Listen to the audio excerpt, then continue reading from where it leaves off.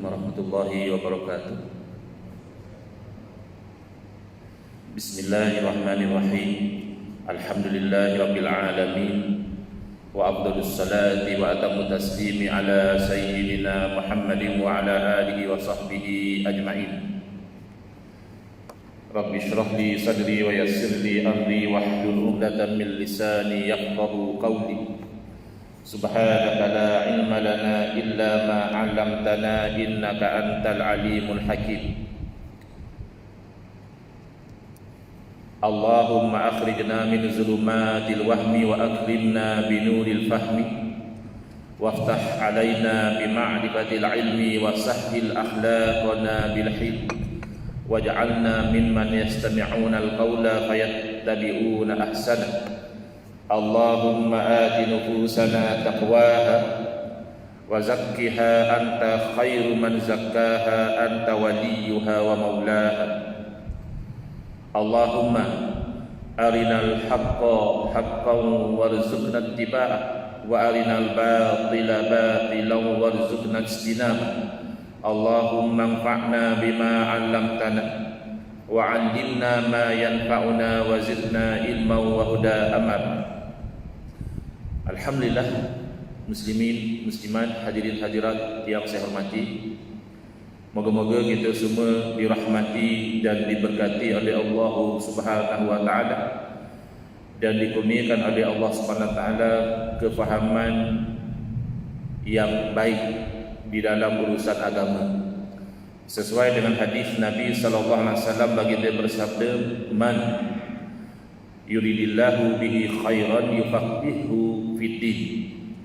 Barang siapa yang Allah SWT nakkan dengan dia itu kebaikan, nescaya Allah beri dia faham dalam perkara agama. Kefahaman yang paling penting dalam perkara agama adalah kefahaman akidah. Sehingga sebahagian ulama seperti Al-Imam Abu Hanifah rahimahullah ta'ala menamakan ilmu akidah ini, ilmu tauhid ini sebagai al-fiqhul akbar, kefahaman yang paling besar, yang paling agung. Kerana kalau tidak faham akidah, bukan saja boleh membawa kepada dosa besar, bahkan na'udzubillahi min zalik, membawa kepada syirik dan kufur kepada Allah Subhanahu wa ta'ala. Jadi akidah kita diambil dari mana? Dalam bahasa Arab disebut istimdaduhu. Dalam mana-mana ilmu ada mabadi, permulaan ilmu yang 10. Ada 10 permulaan ilmu. Salah satu darinya adalah istimdaduhu. Ilmu ni mai dari mana? Ambil kok mana ilmu ni? Atau dalam bahasa kita kata sumber ni. Maka sumber akidah adalah Al-Quran dan As-Sunnah. Ini sumber akidah, keyakinan kita disokong oleh kemampuan akal untuk memahami keyakinan-keyakinan ini. Maka dalam akidah ada dua jenis dalil. Satu namanya dalil naqli yang diambil daripada wahyu. Naqala maknanya pindah, maksud pindah situ ambil daripada wahyu. Yang kedua adalah dalil akli, iaitu yang ditunjukkan oleh akal fikiran yang sihat, dan itu membawa kepada yang disebut hukum akal. Hukum akal sangat berkait rapat dengan akidah. Di zaman kita ada orang mempertikaikan hukum akal, mempertikaikan penggunaan akal di dalam akidah. Ada orang berkata, "Saya ustaz, dalam akidah saya merujuk kepada Al-Quran dan Sunnah." Baguslah, Masya Allah. Yang tak bagus bila disambung, dia kata apa? "Saya tak guna akal." Ini simptom penyakit di zaman moden ini. Bahkan mungkin zaman dahulu juga ada penyakit macam ini. Ringkasan penyakit ini disebut BBAK. Orang Kota Damansara pernah dengar penyakit ini? Tak biasa dengar, saya terangkan ya. BBAK ini penyakit yang selalu kita jumpa dalam Facebook, dalam WhatsApp dan sebagainya. Ringkasan kepada biar bodoh asal confident. Biasa dengar. Kenyataan itu bodoh. Kenyataan mengatakan saya ikut Quran dan Sunnah lalu saya tidak guna akal, ini menzalimi Quran dan Sunnah, seolah-olah Quran dan Sunnah agama kita tidak beri kita guna akal. Sedangkan dalam Al-Quran banyak ayat-ayat yang Allah SWT menempelak afala ta'qilun, kenapakah kamu tidak menggunakan akal, afala tatafakkarun, awak hampa tak fikir tengok ke, wa fi anfusikum afala tubsirun, dalam diri hampa sendiri hampa tak mau perhatikah. Bahkan salah satu punca masuk neraka sebagaimana yang dirakamkan dalam suratul Mulk, Allah Taala berfirman, wa qalu law kunna nasma'u aw naqilu ma kunna fi ashabis sa'ir. Ahli neraka merintih mengatakan, kalaulah dahulu di dunia kami mahu mendengar. Ya, ada orang dia tak mau dengar, walaupun telinga dengar, mental block. Apa kita terang pun dia tidak akan terima. Au naqilu, atau kami dulu menggunakan akal. Ma kunna fi ashabis sa'ir, nescaya kami tidak tergolong daripada ahli neraka. Maka salah satu sebab masuk neraka adalah tidak menggunakan akal. Tapi boleh ke ustaz guna akal dalam akidah? Bahkan inilah yang uslub Allah Taala sendiri. Cara Allah Subhanahu Wa Taala, uslub para rasul adalah menggunakan dalil akli di dalam akidah. Allah berfirman, "Lau kana fihi ma alihatun illa Allahu lafasadata." Kalaulah ada di langit dan bumi tuhan-tuhan yang banyak selain daripada Allah, nescaya binasa langit dan bumi. Tuhan banyak ke Tuhan satu? Tuhan satu.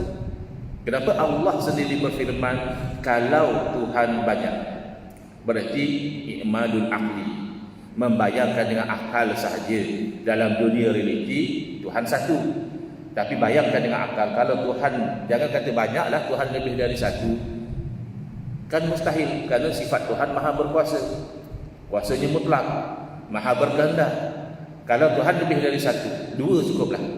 Maka kuasa Tuhan yang mana yang akan terlaksana, kehendak Tuhan yang mana yang akan lulus. Tuhan ini nak macam ini, Tuhan dah lagi nak macam lain, la fasadata, nescaya binasa langit dan bumi. Berarti mustahil Tuhan itu banyak. Bahkan saya rasa ramai yang ambil berat dengan dunia politik sudah mula rasa kepanasan faham PRU 15. PRU kita tahu 15 ke 14 ke atau bila-bila pun memakan belanja besar. Bukan 1-2 juta, barangkali ratusan juta ataupun puluhan juta. Ratusan lah barangkali. Dan juga menyebabkan ketegangan di kalangan masyarakat. Maklumlah masa berkempen yang ni cakap macam ni, cakap macam itu. Apa kata moving forward? Kita tak payah dapat PRU, jimat kos, tak adalah bergaduh penat-penat. Habis macam mana? Ialah siapa yang minat untuk jadi kerajaan, kita rantik. Tak payah PRU. Oh, kalau satu pihak yang minat, senang Ustaz. Masalahnya ramai yang nak jadi kerajaan. Paling-paling kalau dalam konteks politik kita sekarang ni, ada DN, BN, DN, bukan DN, PH. Ya. Jadi kalau kita pakai konsep yang dicadangkan tadi, ya tiga kerajaan lah kita nanti. Pasal tiga-tiga berminat, tak payah PRU. Habis tiga kerajaan, Perdana Menteri nak pilih yang mana? Masing-masing kerajaan nanti. Perdana Menteri masing-masing. Kabinet, ya masing-masing Perdana Menteri lantiklah. Kabinet masing-masing. Itu agak-agak macam mana? Masih ingat tak masa kita ada satu saja Menteri Kesihatan pun kadang-kadang kita tak tahu cocok 2 kali ke 3 kali ke, perlu booster ke tak perlu booster. Itu baru satu Menteri Kesihatan. Kalau ada 3 Menteri Kesihatan, itu macam mana kita keliru dan celaru? Logiknya adalah kalau negara sekecil Malaysia pun kita tak boleh bayangkan ditadbir oleh lebih dari satu kerajaan, langit bumi, lautan dan daratan, manusia dan haiwan. Ini boleh ditadbir oleh lebih daripada satu Tuhan? Tak, mustahil. Mustahil itu hukum akal. Nabi Ibrahim AS ketika membuktikan tauhid dan menolak syiriknya Namrus, Nabi Ibrahim menggunakan dalil akal. Kerana akal yang sihat tidak boleh menerima Tuhan tapi lemah. Kenapa cuaca macam tak mendung hari ni? Tuhan penat. Tak mungkin Tuhan penat, Tuhan lupa, Tuhan sakit. Yang namanya kekurangan itu bila dinisbahkan kepada Tuhan, akal terus blok. Kalau manusia ada kekurangan itu biasa. Baik. Jadi Nabi Ibrahim AS nak beritahu kepada Namrud, kamu mendakwa Tuhan itu batil kerana kamu lemah. Tuhan tak mungkin lemah. Makanya orang yang terima ayat pin Tuhan, akal tak berapa sihat. Karena ayat pin lemah. Tadi lemahnya ayat pin adalah dia kalau lapar, dia terpaksa makan. Dia tak boleh hidup kalau tak makan. Ayat pin kan orang jertik kan. Jertik. Orang jertik biasa makan nasi ke cicak budu. Makan apalah, makan pizza ke, makan nasi ke, makan apa kan akan sakit perut. Nak ke tandas. Adakah Tuhan macam itu? Makan nasi cicak budu, lepas tu pergi tandas? Tak mungkin. Ada satu orang lagi nama Harun dari Pahang, mengaku Tuhan juga. Dia panggil dia Tuhan Harun. Lepas dia kena tangkap, lalu dia kena stroke. Boleh jadi tak Tuhan tapi kena stroke? Tak lama lepas tu kita baca dalam berita, mahkamah dapati Tuhan Harun bersalah. Ya ilaha illallah, Tuhan boleh didapati bersalah oleh mahkamah. Ya kalau mantan Perdana Menteri masih boleh terima, masih manusia kan. Tapi kalau Tuhan didapati bersalah oleh mahkamah, tak masuk akal. Ya. Jadi Nabi Ibrahim nak beritahu kepada Namrud, mustahil kamu itu Tuhan kerana kamu lemah. Tuhan mesti berkuasa. Rabbiyal ladzi yuhyi wa yumiit. Tuhan saya itulah Tuhan sebenar, menghidup dan mematikan. Kamu tak mampu. Tapi Namrud sini ada penyakit BBAK tadi. Biar bodoh asal confident. Dia kata ana uhyi wa umiit. Aku juga boleh hidup dan matikan. Dia panggil dua orang, satu dia bunuh, satu dia lepaskan. Konon yang dia bunuh dia telah matikan, yang dilepaskan dia telah hidupkan. Padahal yang dilepas tu dah hidup lama, bukan dia yang hidupkan. Dia cuma tak bunuh orang tu saja. Kalau nak hidupkan dari tiada, seekor nyamuk pun Namrus tidak akan mampu hidupkan. Lalu Nabi Ibrahim AS membawa dalil akli yang lebih jelas. Nabi Ibrahim berkata kepada Namrus, fa inna Allaha ya'ti bisyamsi minal masyriq. Allah Tuhan, Allah telah menerbitkan matahari dari timur. Kalau kamu ya benar-benar Tuhan, pasti kamu juga berkuasa. Fa'ti biha minal maghrib. Sila kamu terbitkan matahari dari barat. Memang tak boleh.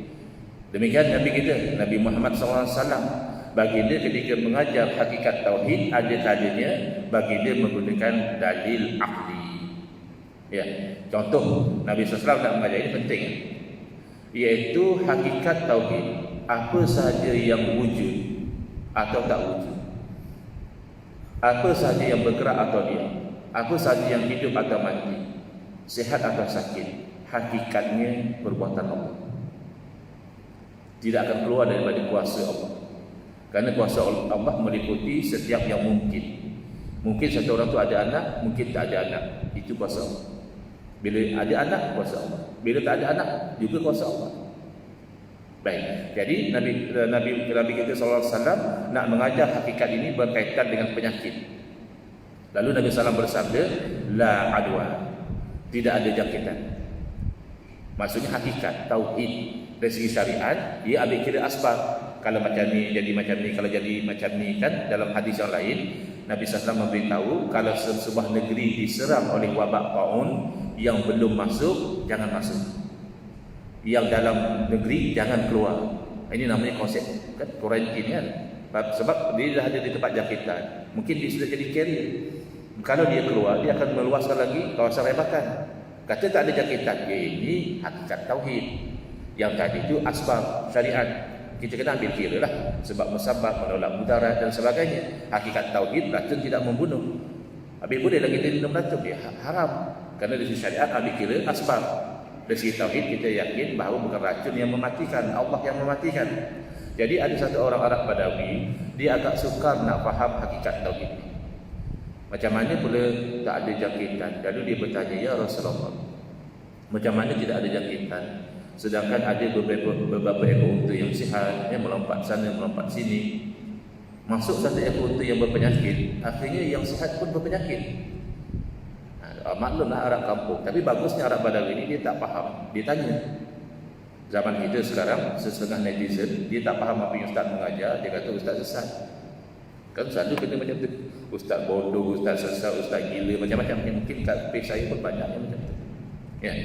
Tapi orang-orang Badawi ini dia tak faham, dia tanya. Lalu Rasulullah SAW membuka minda orang Arab Badawi untuk faham dengan dalil akli. Dengan satu soalan, Nabi SAW bertanya, faman a'dal awal. Kalaulah penyakit ini memangnya dengan jangkitan, maka siapakah yang menjangkiti unta yang mula-mula sakit? Kan mustahil kalau bersambung-sambung tak berhenti. Unta ini sakit, kerana berjangkit daripada unta ni. Unta ni daripada unta satu lagi. Habis unta ni mesti berjangkit juga daripada unta mana? Kan bersama-sama tak putus-putus, itu mustahil. Cuma dalam kaedah ilmu tauhid diberi satu istilah namanya tasalsul. Tasalsul tak putus-putus itu mustahil. Lalu barulah Arab Badawi itu faham, oh kalau begitu memang hakikat penyakit daripada Allah. Maka inilah yang ulama kita tarik daripada Al-Quran dan As-Sunnah, lalu diajar dalam satu ilmu yang di tempat kita ni popular dengan nama ilmu Tauhid Sifat 20. Dan ini perlu diajarkan di masjid-masjid sekurang-kurangnya sebulan sekali. Sebab ini asas. Ini yang mengajarkan dalil naqli dan akli. Tapi ada orang kata tak boleh Ustaz. Belajar Tauhid Sifat 20 ni ilmu bid'ah. Tak ada di zaman Nabi SAW. Sudahlah bid'ah. Ilmu ini sebenarnya diambil daripada ahli falsafah Yunani. Ini ilmu orang kafir. Kita kalau nak belajar Tauhid, dia Quran Sunnah. Bukannya ambil ilmu orang kafir. Baik, pertama dia kata ilmu ini adalah bid'ah, berarti baru. Tak betul. Yang betul adalah penyusunan ilmu ini baru. Ya, di zaman Nabi sallallahu alaihi wasallam tak ada disusun oleh Nabi atau sahabat sifat Allah Taala yang wajib ada 20. Pertama wujud, kedua kidam, ketiga baqa. Ya tak ada lah penyusunan macam itu. Tapi adakah di zaman Nabi sallallahu alaihi wasallam umat Islam tak percaya Allah wujud? Adakah umat Islam tidak percaya Allah wujud tanpa ada permulaan? Adakah tidak percaya Allah wujud tidak akan binasa? Mukhalafatuhu ta'ala lil hawadis, tidak percaya Allah itu tidak sama seperti makhluk. Qiyamuhu ta'ala binafsi, tidak percaya bahawa Allah tidak berhajat kepada yang lain. Wahdaniyah, bahawa orang dahulu tidak percaya bahawa Allah Maha Esa. Hayat, tidak percaya bahawa Allah hidup. Ilmu, tidak percaya bahawa Allah itu berilmu. Tidak. Yang bid'ahnya hanya penyusunan. Penyusunan bid'ah tak ada masalah. Kita belajar rukun sembahyang 13 perkara. Pertama, niat. Kedua, berdiri betul bagi yang mampu. Ketiga, membaca surah ketiga, takbiratul ihram. Keempat dan seterusnya. Ada ke zaman Nabi orang belajar begitu rukun sembahyang 13 perkara? Nabi ajar mudah saja, sallu kama ra'aitumuni usalli. Tapi adakah zaman Nabi orang sembahyang tidak berdiri? Orang sembahyang tidak takbir, orang sembahyang tidak baca Fatihah? Ya, isinya ada. Ilmu hadis juga bid'ah. Mutawatir, ahad, masyhur, sahih, dhaif, hasan, munqati', mu'dal, mursal, ini semua tidak ada zaman Nabi SAW. Tapi adakah zaman Nabi orang tidak ambil berat tentang hadis Nabi? Tidak nak pastikan ini memang benar daripada Nabi SAW? Maka penyusunan yang bid'ah tidak menjejaskan kebenaran sesuatu ilmu. Bahkan yang menolak ilmu Tauhid Sifat 20 ni, dia kata sepatutnya kita belajar Tauhid 3. Tauhid 3 ada ke zaman Nabi? Adakah Nabi SAW ajar Tauhid terbagi 3? Pertama rububiyah, kedua uluhiyah, ketiga asma' wa sifat? Tak ada juga. Yang kita takut, yang kita bimbang adalah kalau isinya bid'ah. Kerana bid'ah dalam akidah tidak ada hasanah. Yang ulama cerita bid'ah terbahagi 2, ada yang terpuji, ada yang terkeji. Kalau selari dengan ajaran Nabi itu terpuji, kalau bercanggah dengan ajaran Nabi itu terkeji. Itu tidak terpakai dalam akidah. Kenapa? Kerana bid'ah berarti baru. Bid'ah dalam akidah berarti akidah kita tak sama macam akidah Nabi sallallahu alaihi wasallam. Kalau akidah kita sama, orang tak panggil baru. Kan akidah tak berubah. Semenjak daripada zaman Nabi Adam AS sampai kiamat, yang namanya orang mukmin wajib beriman Allah wujud tanpa ada permulaan dan seterusnya. Tak berubah. Tiba-tiba kita bid'ah dalam akidah. Paling common, hukumnya haram, berdosa besar, wajib bertaubat kepada akidah yang betul. Lebih parah, ada sebahagian bid'ah dalam akidah membawa kepada kufur. Tapi kalau kata sifat 20 daripada falsafah Yunani, ini tak betul. Tanyalah yang orang yang mendakwa tu, ahli falsafah Yunani nama apa? Dalam kitab mana mengajar sifat 20? Kalau betul lah ada satu orang ahli falsafah Yunani, dia yakin dan dia mengajar bahawa Allah itu wujud tanpa ada permulaan, tanpa ada perakhiran, tak sama seperti makhluk, tidak berhajat kepada makhluk, Maha Esa, yang maha hidup, yang maha mengetahui, yang maha melihat, yang maha mendengar, yang maha berkata-kata. Berarti orang falsafah Yunani itu orang mukmin. Kita kata dia kafir lagi, sudah diberi iman begitu. Tapi hakikatnya tak ada. Baik. Yang kita bimbang adalah bid'ah dalam akidah, dan itu berlaku dalam Tauhid 3. Tak maaf kalau ada yang minat Tauhid 3, bukan semua Tauhid 3 itu salah. Ya, ada perkara-perkara dalam Tauhid 3 itu benar. wajib kita terima. Tapi ada elemen bid'ah dalam tauhid 3 yang saya nak fokus pada pagi ini, tauhid rububiyah. Maaf, tauhid uluhiyah. Apa makna uluhiyah? Dia diambil daripada perkataan ilah. Apa makna ilah? Ia Tuhan. La ilaha illallah. Ilah itu bermakna Tuhan. Apa maksud tauhid uluhiyah? Tauhid itu mengesakan. Maksud tauhid uluhiyah adalah kita mengesakan Allah sebagai Tuhan yang disembah. Apa makna mengesakan Allah sebagai Tuhan yang disembah? Jangan sembah lain daripada Allah. Syirik. Haram bahkan syirik sembah lain daripada Allah. Ini konsep yang benar, yang wajib diimani oleh semua orang Islam. Tak boleh tolak. Jangan kata sembah batu, sembah kayu, sembah pokok. Ya, sembah Nabi pun hukumnya haram dan syirik. Padahal Nabi makhluk yang mulia. Sembah malaikat pun haram dan syirik, walaupun malaikat makhluk yang mulia. La ya'sunallaha ma amarahum. Malaikat tidak pernah mendahaka kepada Allah, pun kalau dijadikan sembahan haram dan syirik. Baik. Tapi ada bid'ah dalam tauhid ini. Bid'ahnya di mana? Bid'ah dalam tauhid uluhiyah adalah mempertikaikan amalan tawassul, menyempitkan amalan tabarruk, dan mensyirikkan amalan istighafah. Tawassul apa ni? Tawassul dari perkataan bahasa Arab tawassala yatawassalu, tawassulan, mengambil sesuatu sebagai wasilah. Tawassul yang kita maksudkan ini spesifik, iaitu menyebut sesuatu yang mulia di dalam doa dengan niat moga-moga dengan itu Allah perkenankan doa. Ya, kita berdoa biasa pun boleh, tak tawassul pun boleh. Bukan wajib tawassul. Tapi ada orang kata tawassul itu haram. Yang mana? Kalau tawassul menyebut sesuatu yang mulia itu adalah nama Allah, sepakat. Ini boleh. Misalnya kita nak rezeki, boleh saja kata ya Allah urzuqna. Wahai Allah, berilah rezeki kepada kami. Rizqan halalan thayyiban wasi'an. Ikutlah, boleh. Itu tak tawassul. Tawassul dengan nama Allah macam mana? Ya Razzaq. Wahai yang maha memberi rezeki, urzuqna rizqan wasi'an halalan thayyiban. Itu namanya tawassul dengan nama Allah, tak ada isu. Lagi, tawassul dengan menyebut perkara yang mulia, menyebut amal soleh. Macam mana? Ya Allah, satu masa dahulu masa saya bekerja sebagai pegawai, ada orang tawarkan rasuah RM50,000. Ya Allah, Kau Maha mengetahui saya sangat teringin untuk menerima rasuah tersebut. Tapi kerana bimbang akan murka-Mu ya Allah, saya tolak. Kalau itu amal soleh di sisi-Mu ya Allah, sembuhkanlah penyakit yang sedang menimpa-Ku ini. Sebab amal soleh bukan hanya buat benda baik, menghalang diri pada buat benda haram juga amal soleh. Itu tawassul dengan amal soleh macam itu juga tidak ada isu. Mula ada isu adalah bila melibatkan tawassul dengan orang soleh. Itu pun bergantung ya. Kalau orang-orang yang sangat jahil, dia kata mujarad kita tawassul dengan orang soleh itu sudah haram. Kenapa? Karena orang soleh itu makhluk Allah.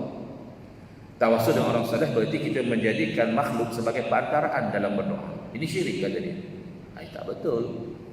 Kalau kamu kata menjadikan makhluk sebagai perantaraan itu syirik, amal soleh juga makhluk. Kamu kata boleh tawassul dengan amal soleh. Amal soleh itu makhluk. Dalil Allah berfirman, wallahu khalaqakum wa ma ta'malun. Allah yang ciptakan kamu itu makhluk Allah. Wa ma ta'malun, apa yang kamu amalkan soleh atau tidak soleh itu makhluk Allah. Jadi apa justifikasi? Tawassul dengan satu makhluk namanya amal soleh, ya bagus, boleh.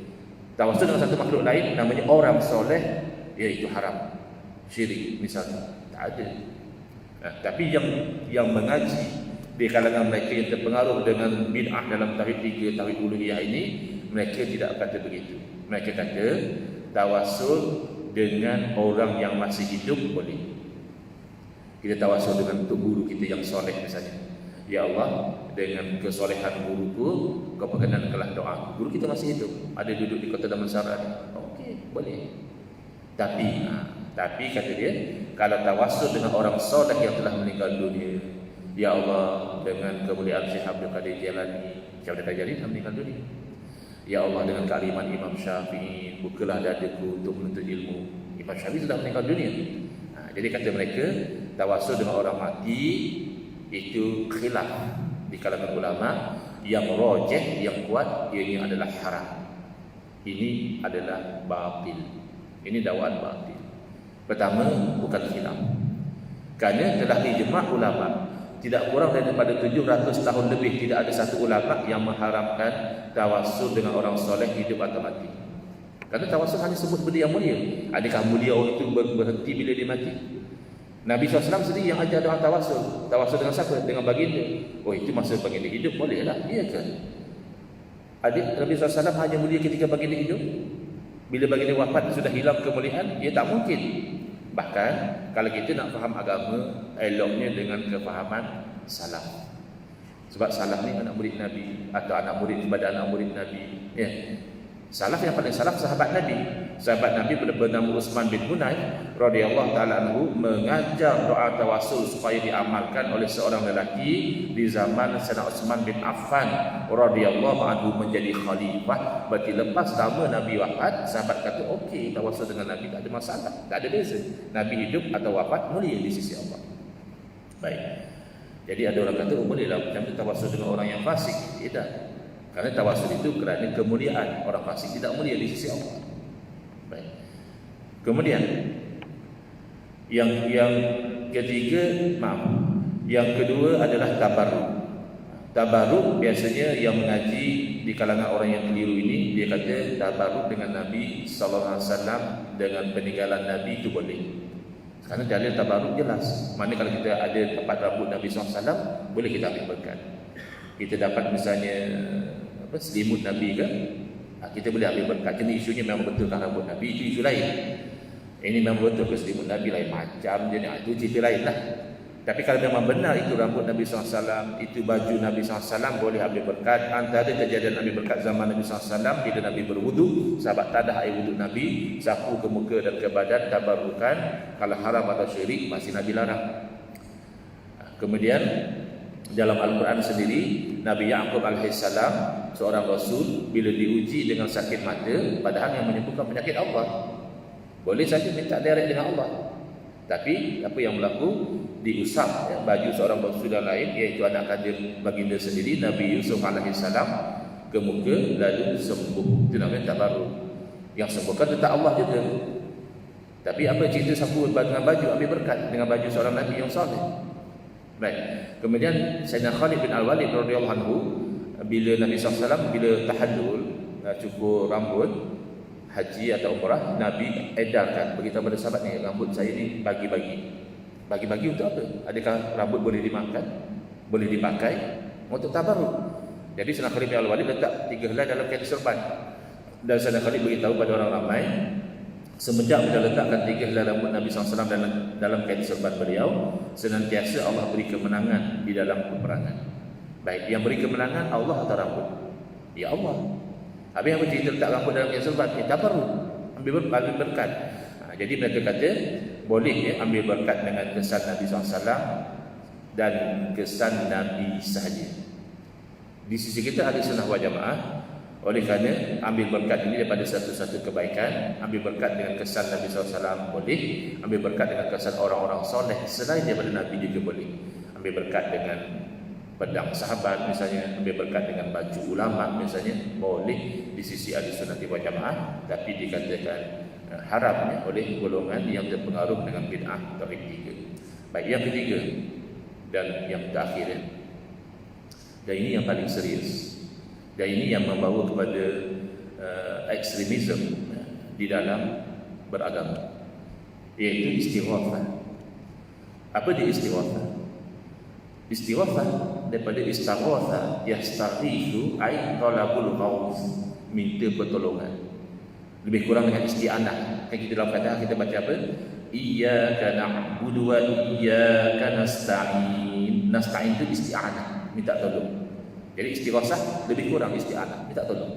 Baik. Minta tolong apa cerita? Minta tolong ada yang boleh, yang dibenarkan, bahkan ada yang dituntut. Kita itu minta tolong dalam syariat. Dan ada yang haram, bahkan syirik. Ada yang haram dan syirik. Baik. Minta tolong yang dituntut, yang kita disuruh minta tolong itu pertama minta tolong dengan Allah. Iza sta'anta fasta'in billah, kata Nabi SAW. Bila kamu minta tolong, maka minta tolonglah dengan Allah. Jadi minta tolong dengan Allah tu dituntut, bukan saja dibolehkan, disuruh kita minta tolong dengan Allah Subhanahu wa taala.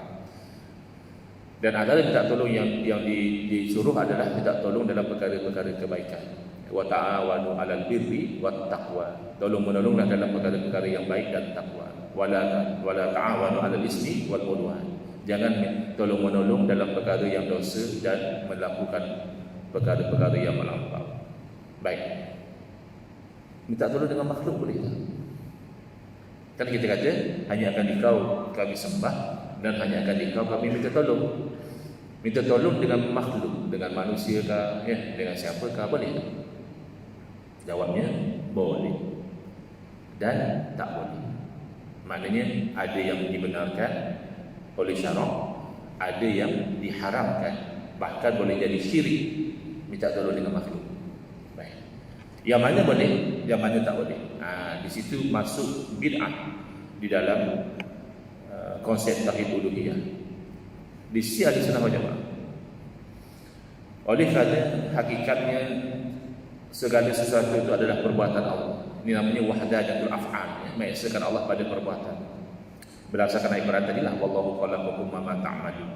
Maka kita berkeyakinan makhluk ini dan perbuatan makhluk tidak memberi kesan. Dalam bahasa lama dia kata tidak memberi bekas. Bermula segala af'al yang baharu itu tidak memberi bekas. Perbuatan makhluk tidak memberi kesan, yang memberi bekas hanyalah Allah juga. Mana kita makan nasi, nasi itu makhluk. Syirik tak makan nasi, mana ada syirik? Biasalah makan lapar. Tapi kita kena yakin yang mengenyangkan kita itu bukan nasi, Allah yang mengenyangkan kita. Sekira-kira kalau Allah kehendaki, boleh saja kita rasa kenyang tanpa makan nasi, dan boleh juga kita tak kenyang walaupun dah makan nasi. Habis kenapa kita makan? Itu namanya asbab. Kita observe cause and effect. Biasanya lepas makan tu cause, kita rasa kenyang tu effect. So boleh kita itu bertransaksi dengan asbab, tak ada masalah. Tapi jangan sekali-kali kita beriktikad nasi lah yang mengenyangkan, bukan Allah. Nasi itu memang tabiat nasi itu mengenyangkan lah.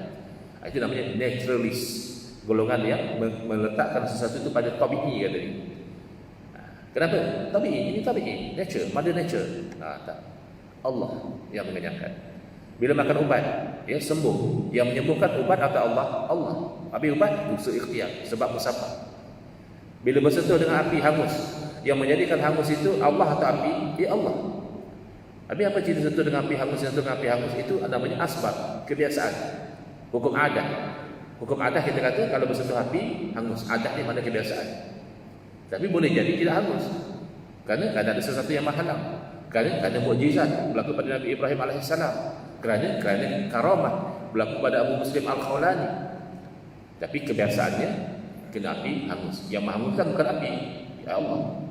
Kalau api sentiasa hangus, Nabi Ibrahim pun hangus, Abu Muslim Al-Khawlani juga hangus, tapi Allah tidak izinkan. Berarti Allah yang menentukan hangus atau tidak hangus. Ini nama taksir. Maka di sisi kita minta tolong dengan makhluk apa pun, hidup atau mati, hukumnya adalah haram dan syirik sekiranya dengan i'tiqad makhluk itulah yang memberi. Tapi kalau dengan i'tiqad makhluk ini sebenarnya tidak boleh buat apa-apa, saya minta tolong ini hanya sebab musabab saja, maka itu dibolehkan. Di sisi golongan yang mempertahankan tauhid uluhiyah secara keliru, kata dia tak betul. Yang betul macam ini. Minta tolong dengan makhluk yang masih hidup boleh. Minta tolong dengan makhluk yang telah meninggal dunia, Rasulullah kah, wali Allah kah, ulama yang soleh kah, haram dan syirik. Kita kata kenapa? Kan sama-sama makhluk. Sebab dia kata orang hidup boleh tolong, orang mati tak boleh tolong. Maka tak tolong orang mati itu syirik. Kalau nak kira minta tolong orang yang tak boleh tolong itu syirik, orang hidup pun ada ramai tak boleh tolong itu. Saya pasti ada antara tuan-tuan dia pernah minta tolong dengan seseorang, dia kata minta maaf saya tak mampu nak tolong. Adakah syirik? Ya tidak. Kemudian mereka kena faham makna syirik adalah menuhankan selain daripada Allah. Menuhankan Allah itu tauhid. Menuhankan selain daripada Allah, walau nabi, walau malaikat, itu adalah syirik. Kalau kamu kata minta tolong dengan orang mati adalah syirik, berarti minta tolong dengan orang mati itu adalah menuhankan orang mati. Kalau begitu, minta tolong dengan orang hidup adalah menuhankan orang hidup. Bolehkah menuhankan orang hidup? Ya haram. Yang menuhankan ayah bin masih hidup, tak syirik? Ya syirik. Yang menuhankan Harun Harun masih hidup, syirik atau tidak? Ya syirik. Syirik bukan tengok hidup atau mati. Yang menuhankan Fir'aun, yang menuhankan Namrud ketika mereka masih hidup, semuanya musyrikun. Karena syirik tidak melihat pada hidup atau mati. Syirik adalah menuhankan. Minta tolong bukan menuhankan. Kalau minta tolong itu menuhankan, berarti minta tolong orang hidup juga tidak boleh. Jadi kata dia, habis minta tolong orang mati, apa orang mati boleh buat? Yang sesuai dengan dia. Apa yang sesuai dengan orang mati? Sabit dalam hadis-hadis Nabi sallallahu alaihi wasallam bahawa orang mati mendoakan kebaikan buat orang hidup. Yang tak faham macam-macamlah dia takwil. Oh, dia kata kalau boleh tak tolong orang mati, awak hampa tak pergi kat kubur tu suruh dia, orang mati tu goreng mi ke apa, buat maggi goreng ke apa. Tak sesuai lah dengan dia. Dia di alam kubur, bukan kerja dia goreng mi. Minta tolong dengan sesuai dengan dia lah, itu mendoakan.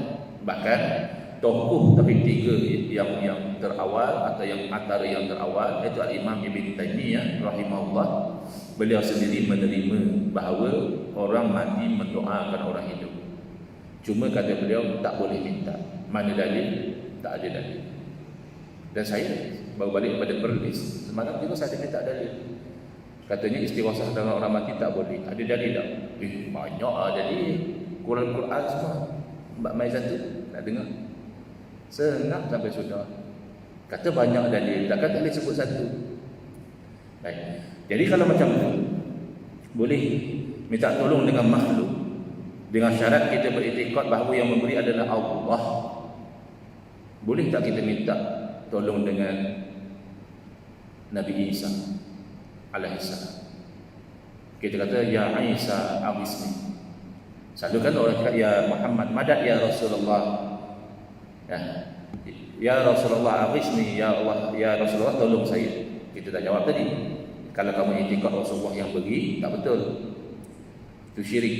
Tapi kalau kamu iktikad Rasulullah hanya sebab, tak ada beza hidup atau mati. Bahkan ini dilakukan di zaman sahabat. Dan sahabat tidak ingkar. Ya, satu orang pergi ke makam Nabi SAW, boleh cek dalam kitab Fathul Bari, Syarah Sahih Bukhari, Imam Ibn Hajar Asqalani membawakan riwayat ini dengan sanad yang sahih. Satu orang lelaki minta pada Nabi SAW lepas Nabi wafat, ya Rasulullah istasqi li ummatik. Wahai Rasulullah, tolonglah minta hujan buat umat. Jadi nak ikut pandangan Ibn Taymiyah yang tidak bersandar pada dalil, kata tak ikut dalil. Sayyidina Umar bila tahu cerita itu tak marah. Sayyidina Umar kan tegas keras. Kalau syirik minta tolong orang mati, pasti Sayyidina Umar bising. Baik. Jadi boleh tak minta tolong dengan Nabi Isa alaihissalam? Ya Isa, aghithni, wahai Isa, tolong saya. Jawapannya depends. Tengok. Kalau kamu minta tolong kepada Nabi Isa AS dengan i'tiqad bahawa Nabi Isa itu adalah anak Tuhan atau Tuhan, itu adalah haram, bahkan syirik akbar, jadi kafir. Minta tolong dengan Nabi Isa dengan i'tiqad macam itu, jadi kafir. Ya. Habis kalau kita minta tolong dengan keyakinan bahawa Nabi Isa ni seorang Nabi yang soleh, sebagaimana kita minta tolong kepada Nabi kita, minta tolong kepada Nabi Yusuf, Nabi Yaqub, Nabi Harun, Nabi mana sekalipun, di sisi Ahlussunnah wal Jamaah itu boleh. Tapi mereka dah wafat, dia wafat, maka sesuai dengan alam roh, mendoakan kepada Allah dan sebagainya. Kalau nak kata Nabi pada masa hidup boleh, pada masa wafat dah tak boleh tolong, tak betul. Dalam Al-Quran Allah berfirman, "Qul la amliku li nafsi naf'an wa la dharra." Katalah wahai Muhammad, aku tidak milik untuk diri aku sendiri sebarang manfaat atau mudarat. Bila tu? Masa Nabi masih hidup. Itu maknanya hakikat. Asbabnya mana? Illa masya Allah. Kecuali apa yang Allah kehendaki, maka Nabi SAW menjadi sebab kebaikan. Saking kan jadi budaya pula budak-budak kita kata wahai biasa tolong saya. Ya, soal budaya itu soal nombor 2. Soal hukum. Boleh tak boleh? Kalau dengan i'tiqad Nabi Isa itu adalah Tuhan, haram dan syirik. Kalau dengan i'tiqad bahawa Nabi Isa adalah insan yang soleh, Boleh. Dan ketika Nabi Isa AS dengan pengikut-pengikut beliau, banyak pengikut minta tolong, minta itu, minta ini. Antaranya dirakam dalam Al-Quran, Ya Isa, hal yastati rabbuka ay yunazzila minas sama'i ma'idatan, ataupun ay yunazzila alaina ma'idatan minas sama'. Ya. Jadi Ya Isa tidak berarti mesti Ya Isa sebagai Tuhan. Ya Isa sebagai manusia, sebagai Rasulullah saleh boleh. Tapi itu okeylah. Nabi Isa masih hidup, minta tolong orang mati, bukan syirik. Siapa kata Nabi Isa dah mati? Iktikad kita di sunnah wal jamaah, Nabi Isa alaihissalam masih hidup, cuma tidak di bumi ini. Jadi kalau kamu berpegang dengan konsep minta tolong dengan orang mati itu syirik sekalipun, dalam kes Nabi Isa alaihissalam, bagi dia tidak mati, belum mati lagi, belum wafat lagi. Kalau kaedah dia minta tolong dengan makhluk tu boleh, asalkan kita beriktikad bahawa yang memberi adalah Allah. Bolehlah kita isti'anah dengan pokok, minta tolong dengan pokok, boleh ya? Tapi dengan syarat kamu yakin bahawa yang memberi adalah Allah, bukan pokok. Dan dia pergi kat pokok, wahai pokok, tolonglah saya. Tak syirik ke lagu tu? Ini masalah orang yang literalis, faham literal. Kan ada satu kartun saya tengok, cikgu bagi arahan, murid-murid masukkan baju dalam seluar. Okeylah. Lepas dia cikgu bagi arahan tu, semua elok kemas lah. Tak ada lah bersekambai baju tu terkeluar. Baju semua takdi. Seorang tak ada baju. Cikgu tanya, kan cikgu suruh letak baju dalam seluar. Rupanya dia buka baju buh dalam seluar. Seluar dia kembung lah. Itu namanya golongan literalis. Bila kata-kata al-isti'anatu bil asjar itu boleh, ya, ambil pertolongan daripada pokok-pokok ni boleh, dengan syarat kamu iktikad yang menolong adalah Allah, bukan pokok. Bukan suruh hampir minta dengan pokok, pokok tolong buat saya ni, bukan. Isti'anah dengan pokok tu ambil faedah daripada pokok tu sesuai dengan nature pokok. Apa dia? Kalau nak buat rumah, tebang pokok tu, jadikan kayu yang elok, jatuh-jatuh tu cara isti'anah dengan pokok. Kalau nak berobat, tengoklah pokok tu sesuai untuk penyakit apa. Hang repuin lah, hang proses lah, hang bakar ke apa, ikutlah dia punya cara dia. Itu isti'anah dengan pokok. Kalau hang pergi kat pokok, wahai pokok, tolonglah saya, syirik tak? Syirik, haram kalau dengan iktikad pokok itu seperti Allah kita. Kalau dia tak iktikad macam tu, Ustaz, dia hanya minta tapi dia tahu Allah yang tolong, itu tidak syirik tapi bodoh. Bodohlah membuat satu benda tak kena dengan cara dia. Kan satu benda tu Allah buat ada cara dia. Minta tolong dengan pokok, ni cara dia. Minta tolong dengan api, ni cara dia. Minta tolong dengan api kalau macam majusi, minta tolong dengan api yang menganggap api itu Tuhan, dia syirik. Minta tolong dengan api itu, hang guna api untuk panaskan badan, hang guna api untuk masak makanan, itu mana isti'anah dengan api. Bukan api ke api, api tolong saya nak exam ni, api tolong saya nak kerja ni. Itu tak cerdik lah. Awak dia lagu tu dah mengaji tinggi-tinggi sampai PhD pun tak cerdik, susah lah. Jadi conclusionnya, tauhid uluhiyah setakat mengatakan bahawa wajib kita itu menyembah kepada Allah sahaja, haram dan syirik menyembah kepada selain daripada Allah, itu adalah konsep yang benar. Tidak ada bid'ah, itu hakikat. Tapi bila mana melarang sampai mempertikaikan tawassul, menyempitkan tabarruk, mensyirikkan, di syirik akbar ya. Golongan yang bid'ah dalam tauhid tiga ni, tauhid uluhiyah ni, dia kata siapa yang istighasah dengan orang mati, dia jadi kafir, halal darah, boleh dibunuh. Ini bercanggah dengan sunnah para sahabat, yang mana para sahabat tidak melihat beza orang mati orang hidup, semuanya makhluk Allah, hakikat tak boleh buat apa-apa. Kalau asbab boleh Allah jadikan sebab kebaikan. Orang mati biasanya dengan doa-doa daripada mereka. Wallahu a'lam. Kita telah berbincang 7.30 ya. Saya rasa sudah sesuai untuk saya berhenti setakat itu. Kecuali kalau tuan-tuan ada nak tanya 1-2 soalan, silakan. Ada? Kalau saya mampu jawab. Kalau tak ada, setakat itu hadza wabillahi taufiq wal hidayah. Wassalamualaikum warahmatullahi wabarakatuh. Bismillahirrahmanirrahim. Alhamdulillahil alamin wassalatu wassalamu ala asyrafil anbiya'i wal mursalin wa ala alihi wa sahbihi ajma'in. Allahumma shrah sudurana wa ahsin akhlaqana wa ahsin ujurana wa nawwir qulubana bi nuri hidayatika kama naqadta bi nuri syamsika abadan abada bi rahmatika ya arhamar rahimin. Walhamdulillahirabbil alamin. Amin ya rabbal alamin. Wal afu